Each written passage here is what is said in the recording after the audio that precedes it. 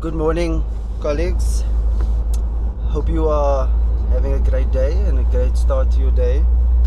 I had a very interesting conversation with some of my colleagues yesterday, with other school leaders. We're busy doing a course together, and one of the things we spoke about yesterday is confidence, and specifically a school leader's mindfulness around instilling confidence within our staff.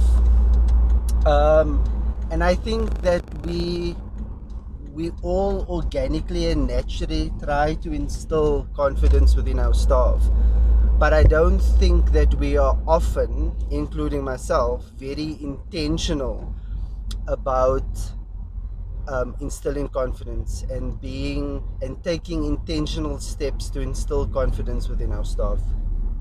The definition of confidence is a staff member's belief that the skills they possess will lead to their success.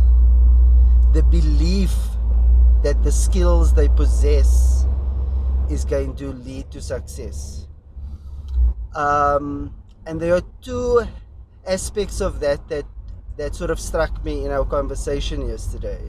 Number one is belief, and for me, belief is a psychological thing. It's how someone feels about themselves, and that made me realize that we are not only responsible for upskilling the skill set of our staff, but also affecting the way they think about themselves, the way they think about their ability.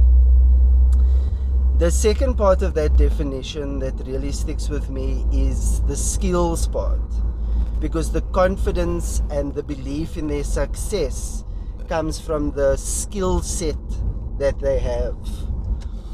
So we then discuss what are the skills that our staff need in order to really succeed. And I think we're all aware of the classroom management skills, the pedagogical skills, the teaching strategy skills, the discipline and the punctuality, setting good exams and assessments. I know we all have that.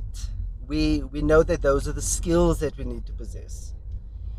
But an additional discussion that was had yesterday that I also wasn't very intentional about in the past is that we also need to instill a maturity within some of our staff.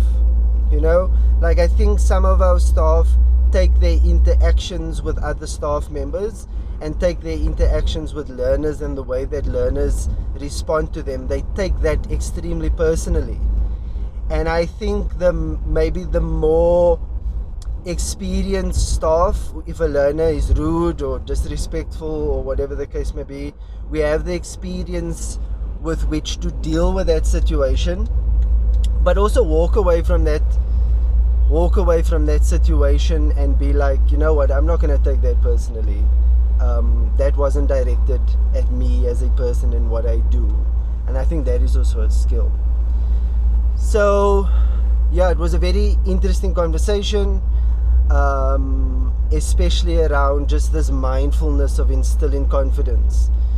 So yeah, I'm really thinking a lot about that definition of confidence and what my role as a school leader is in creating confidence within individual staff members, but with my team as a whole. And that definition again is the belief that the skills they possess is going to lead to success. We also had a discussion about how, like, what is the confidence mindset? So a confident person, a confident staff member is going to take responsibility for the things within their control and what they have skills for to use to handle a situation. But they will not allow the things that are not in their control to affect their mood, their confidence and how they see the world.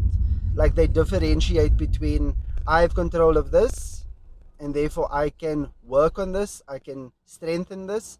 I do not have control of that, so therefore I'm not going to allow it to affect me. Confident staff members also have this global attitude that the skills that I attain within my profession is going to help me in my day-to-day life. And that's also a great mindset to have. So yeah, it was an interesting conversation.